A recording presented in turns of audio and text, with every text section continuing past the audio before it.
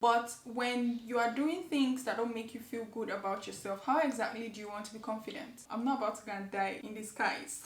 Did I feel good about jumping off of the mountain? Yes, I did. Everyone has double chin. The skinniest person in life has double chin.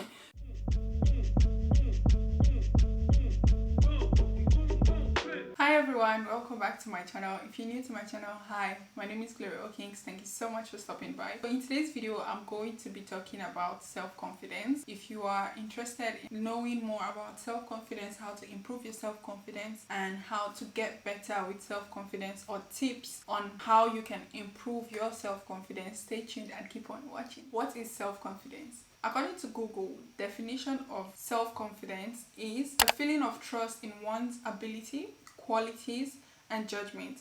It's an attitude about your skill and abilities. You accept and trust yourself and also have a sense of control in your life. For me, off of the top of my head, what is self-confidence? When I say I have confidence, it's basically me knowing myself, knowing what I like, knowing what I don't like, knowing what I can do and where I'm not really good at. So just knowing yourself, I think that's how I would describe self-confidence. How would you guys describe self-confidence? There's a difference between self-confidence and self-esteem. Those are two different topics entirely. If you guys want me to talk about self-esteem, let me know in the comment section below. Although I think I would, but let me know in the comment section below. What are the ways you can improve your self-confidence? Sometimes you might be feeling, oh, I don't have confidence in myself. You might feel like you're not really doing well, or you wish you had more confidence to do certain things. First tip I would give in improving your self-confidence is self-care. I feel like self-care is an overused term, but it's not overused. There are so many interpretations of self-care. There are so many aspects of self-care that we need to dissect into different sections, I believe. But self-care can be within your body and also outside, like your physical appearance. You need to show yourself compassion. Take care of yourself physically. When I say physically, you can go to the gym. You don't have to go to the gym or because you're fat or because you're skinny. Sometimes when I go to the gym, people are like, what are you doing in the gym? No, I just want to be fit. And there's something about going to the gym. When you go to the gym and you come back, you feel really great. Like you feel energized. You feel like you've started your day in a productive manner. That's how I feel. I like going to the gym in the morning. That gives that productivity, and I have to be productive that day. So try going to the gym. Another way you could improve your physical appearance in self-care is having your nails done. If you do not like having your nails done, you can just cut them, let them be neat. Just look neat. Have your hair done, dress properly. Whenever you're going to events, dress according to the event in a proper manner.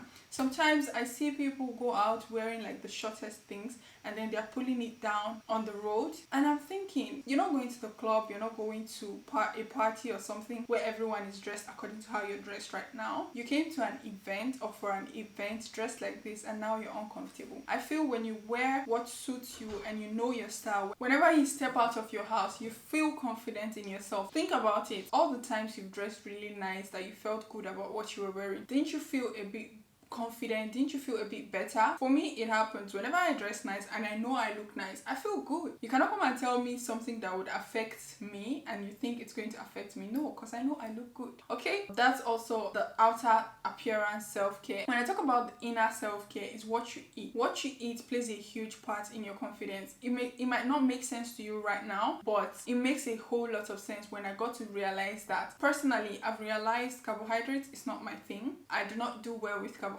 because whenever I eat too much carbohydrates, when I'm done eating, I feel very slow, very sluggish, very slouchy, very slow, and it doesn't feel so good. Like if you notice that when you eat a particular food and it makes you feel grumpy, slouchy, slow, drowsy, try as much as possible to avoid that food. It might not be good for your body. Listen to your body. What your body is telling you might be, this food is not good for us, let's stop it. I'm not saying you should go on a diet. No, if you're not the diet type of person, you don't have to. Just balance your meals and know what your body likes and what it doesn't like. There are certain meals you eat, after you finish eating, you feel very energetic and very energized to do things. And then there are some meals you eat, the day is over. Even if you eat 9 a.m. in the morning, the day is over because you feel sluggish.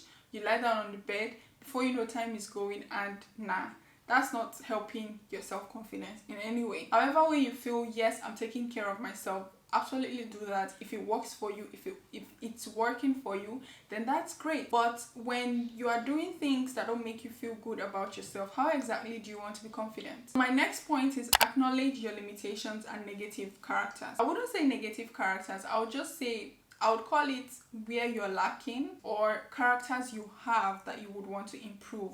Take for example, personally, I struggle with procrastination, and when I find myself procrastinating,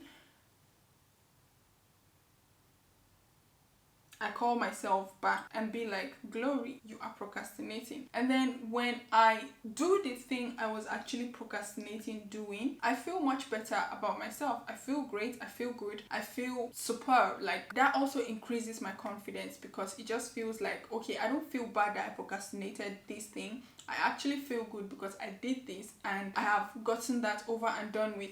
So look for ways to better yourself, look for ways to help yourself. You can also read self-help books. Those really help. I've met a couple people that said, oh, I don't read self-help books because they're already telling you what you know. Yes, you might think you know these things, but out of all of the self-help books I have read, I learned something new. So read self-help books. Read. Why are you not reading? What are you doing with your time? Or you can also listen to podcasts, like really great podcasts where people talk about like confidence, things or topics you're interested in getting better at.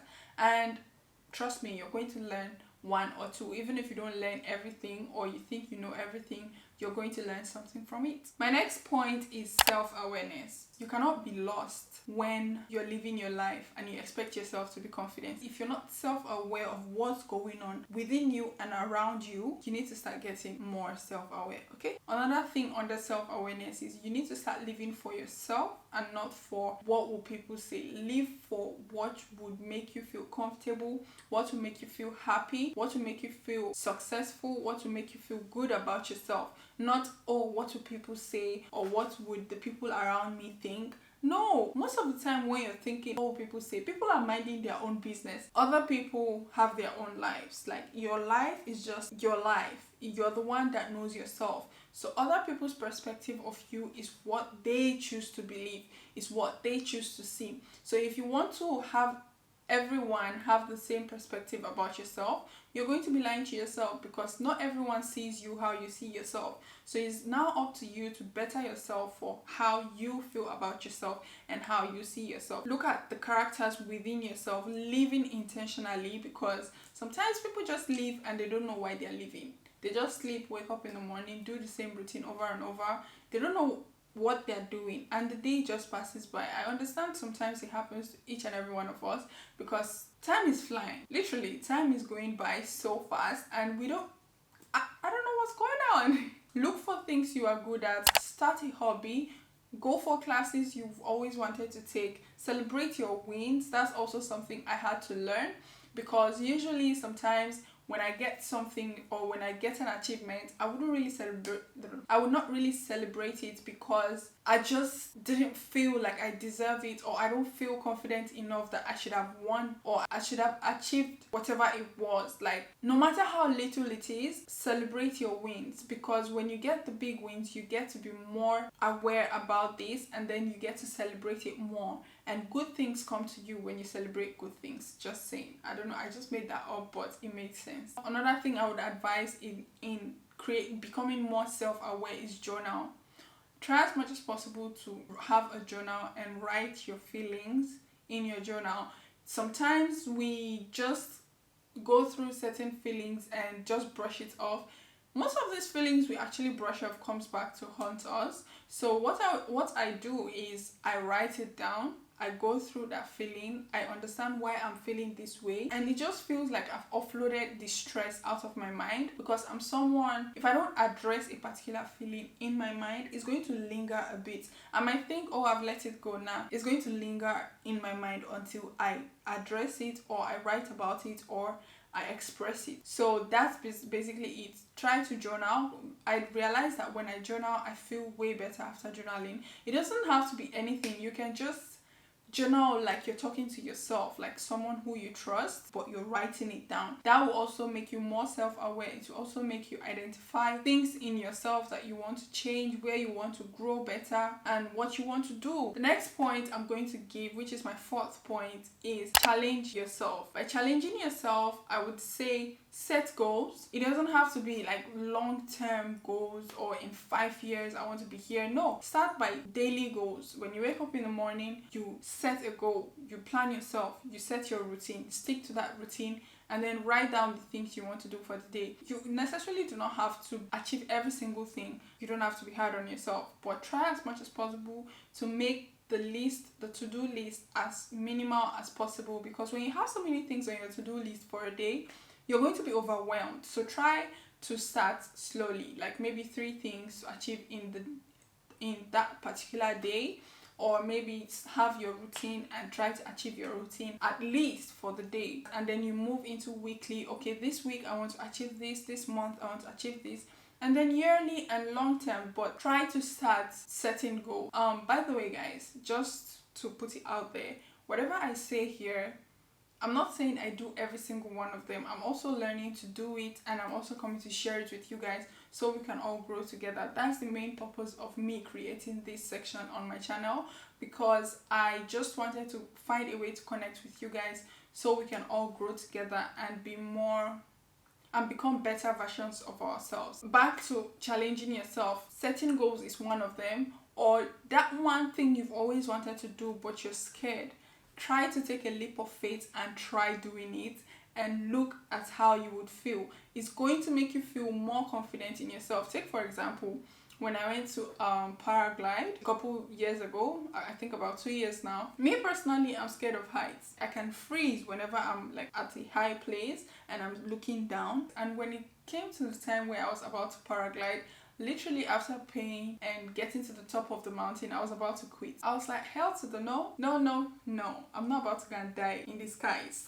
I was like, no, there's no way I'm going to jump off the mountain when I'm thinking with my right senses. I was literally about to give up. The people that we went paragliding with, they're very smart. What they do is they drive you up to the top of the mountain. So even if you want to give up, or even if you say you don't want to go anymore, they tell you, oh, there's no bus to take you back down. So you either have to go down jumping off the cliff. So when they told me that, I said, you know what, Glory, you got this. I did all sorts of meditation, all sorts of positive talks to myself, and I eventually did it. Trust me, it was one of the best feelings I've ever had. Did I feel good about jumping off of the mountain? Yes, I did. But did my fear of heights go? No, it's still there. But it's less now. All I'm saying is challenge yourself to do things that you are afraid of doing. It's either it works out or it works out, because we're thinking positively, okay? There's no, oh, it's not going to work out. That's what's limiting you. That is the fear that is limiting you. So challenge yourself to do things you want to do. Be okay with saying no to people. That's another thing you need to learn. Like, don't be a people's pleaser, because when you are pleasing people all the time, you're going to be ignoring yourself and you're going to feel bad within. But when a scenario happens where you have to stand up for yourself, you tell yourself, if I don't stand up for myself, am I going to feel good about it in the next 2 days? If the answer is no, then you stand up for yourself and speak up for yourself. Always listen to your gut feeling, and I'm pretty sure when you listen to your gut feeling and you go through with it, most of the time you feel more confident in yourself. Personally, what I've noticed from my own journey, whenever I set out a challenge for myself and I achieve that challenge, I always feel good about myself. It makes me feel better. It makes me feel like, yes, I can do this and I'm doing it. And that kind of increases your self-confidence within yourself without you even noticing. But that's a journey you can start to increase your self-confidence. So my final point, which I feel is also very important, and it partakes to your outer look, your posture, and how you carry yourself. One thing I noticed when I used to be less confident, I would say less confident, was I was like this. If you see me outside, I'm like this. I am closed off within myself.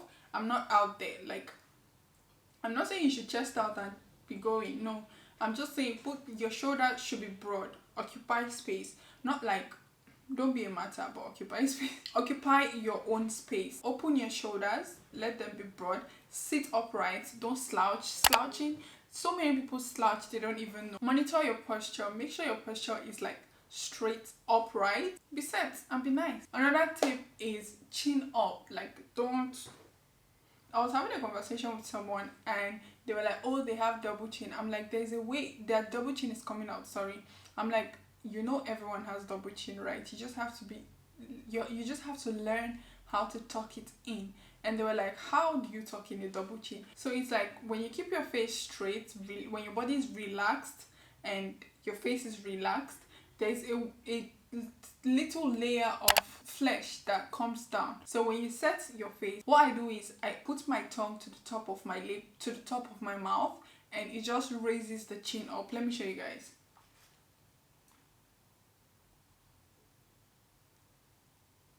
I don't know if you guys saw that, but this is me relaxed.